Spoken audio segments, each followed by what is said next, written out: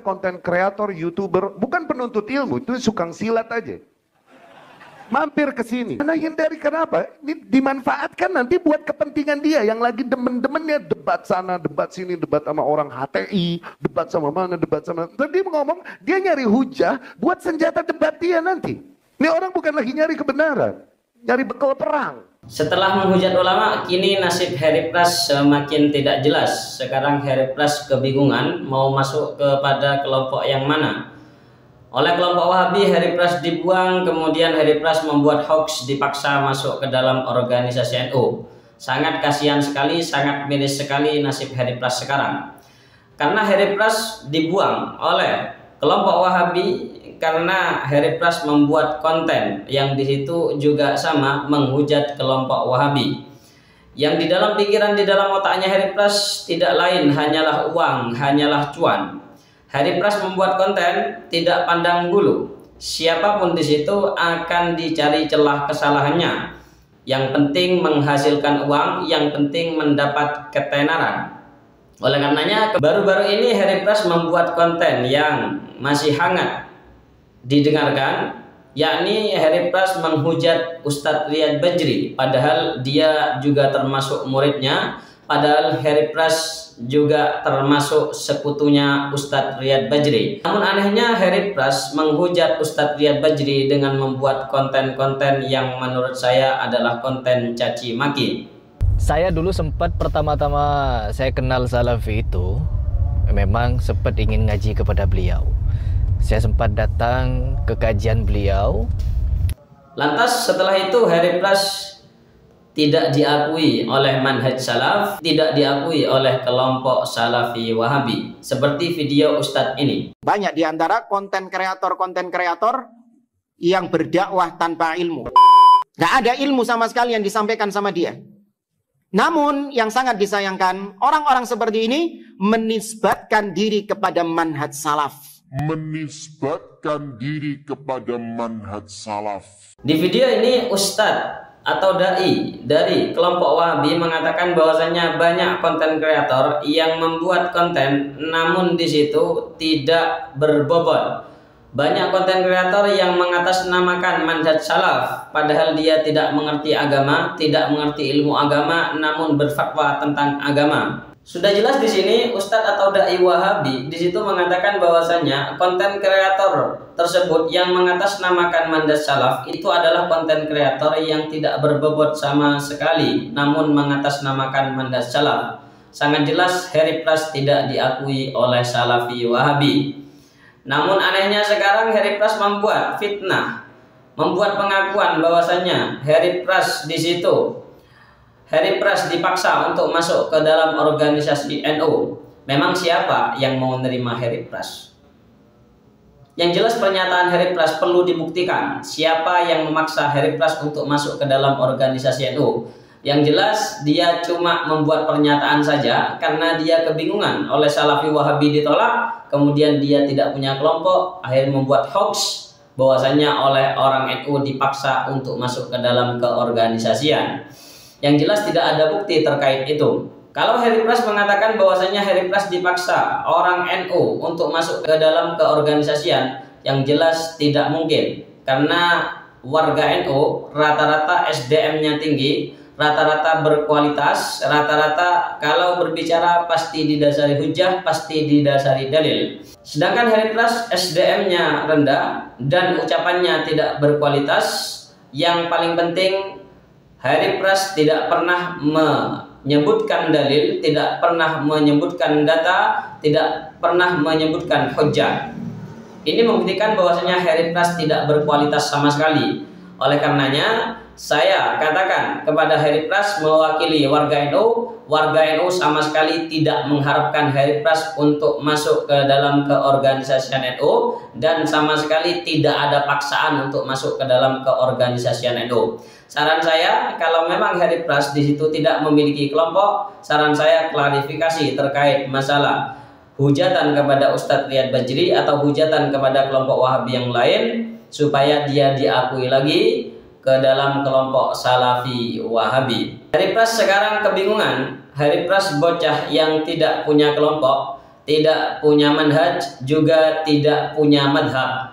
Sekarang hidupnya lontang-lantung, dia tidak jelas statusnya.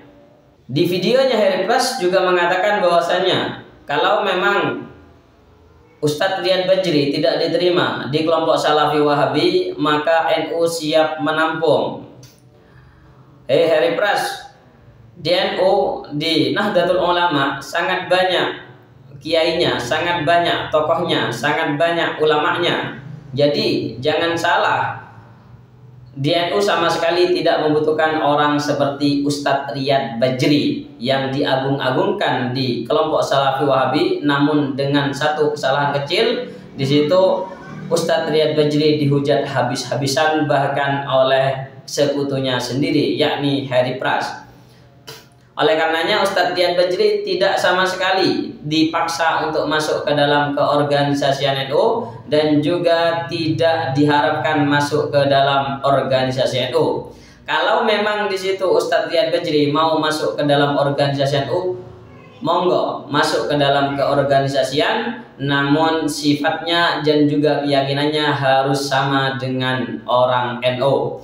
Kalau Harry Pras juga mau masuk NU, gak apa-apa kalau memang ada manfaatnya. Kalau memang tidak paham agama, ya minimal lah mengabdi kepada kiai-kiai NU, minimal menatakan sandal atau menjadi khadimnya, monggo gak apa-apa. Karena di situ Harry Pras tidak berkualitas sama sekali. Mau kita ambil apanya, ya sudah kita ambil manfaatnya saja. Jadi khadim atau jadi penata sandal atau yang lain, yang penting manfaat di organisasi NU. Netizen juga geram kepada Harry Pras. Di situ ulama, karena semua ulama dihujat oleh Harry Pras, seolah-olah Harry Pras adalah orang yang paling alim, orang yang paling paham di dalam ilmu agama, orang yang paling paham di dalam sejarah.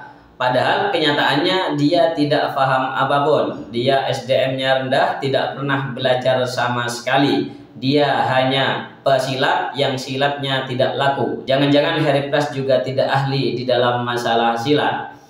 Oleh karenanya saya bacakan di situ ada komentar netizen di konten saya.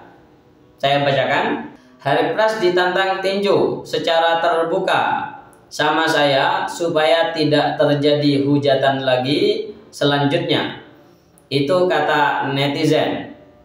Sekarang Harry Pras bahkan ditantang oleh netizen supaya berduel, supaya tinju di ring dan disaksikan oleh orang banyak.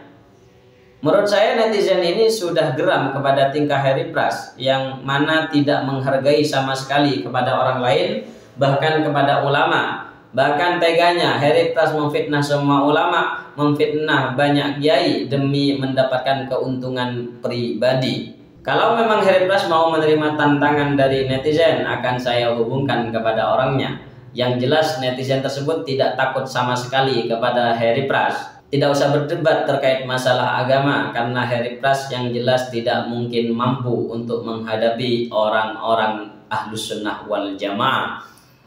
Tidak usah kepada Gus Bah, tidak usah melawan Ustadz Adi Hidayat, tidak usah melawan Ustadz Abdus Somad, tidak perlu melawan Habib Umar bin Hafid. Yang jelas cukup melawan para murid-muridnya beliau. Harry Pras pasti sudah KO dan tidak akan mampu melawan mereka. Takutnya Harry Pras akan kencing di celana. Kalau memang tidak mampu membahas terkait masalah agama, sekarang ada tantangan dari netizen untuk berduel bareng di atas ring dan disaksikan banyak orang. Kira-kira yang menang siapa? Kalau mungkin silat Harry Pras agak bisa. Oleh karenanya monggo, kalau memang Harry Pras menerima tantangan tersebut, maka akan saya hubungkan kepada netizen tersebut. Oleh karenanya pesan kepada Harry Pras atau kepada konten kreator yang lain yang sama kontennya sering menghujat para ulama, membuat fitnah, membuat caci maki dan konten adu domba. Sekarang saya ingatkan kepada kalian, jangan kau cari uang dengan cara yang haram tersebut. Jangan kau hujat para ulama, jangan kau kasih makan keluargamu dengan uang-uang haram tersebut. Yang jelas, selama masih ada waktu, ayo kita ajak bertaubat kepada Harry Pras atau yang lain. Dan kepada para pengikut Harry Pras, para pengagum Harry Pras, saya ingatkan kepada kalian bahwasannya dengan video ini Harry Pras yang jelas tidak punya madhab, tidak punya manhaj, juga tidak punya kelompok. Harry Pras orang yang tidak jelas dan kebingungan. Lantas pengikut Harry Pras mau ikut Harry Pras dalam segi apa? Karena dia manhaj tidak punya, madhab tidak punya, kelompok juga tidak punya. Dalam segi kualitas tidak berkualitas sama sekali, SDM-nya rendah, juga tidak pernah membacakan dalil, tidak pernah membacakan hujah. Oleh karenanya, ayo sadar kepada pengikut Harry Pras, berhenti mengikuti Harry Pras, ayo kita ikut kepada ulama-ulama yang benar, supaya kita bisa masuk ke dalam surga bersama. Salam akal sehat, salam gerakan anti wahabi, ihdinas shiratal mustaqim. Assalamualaikum warahmatullahi wabarakatuh.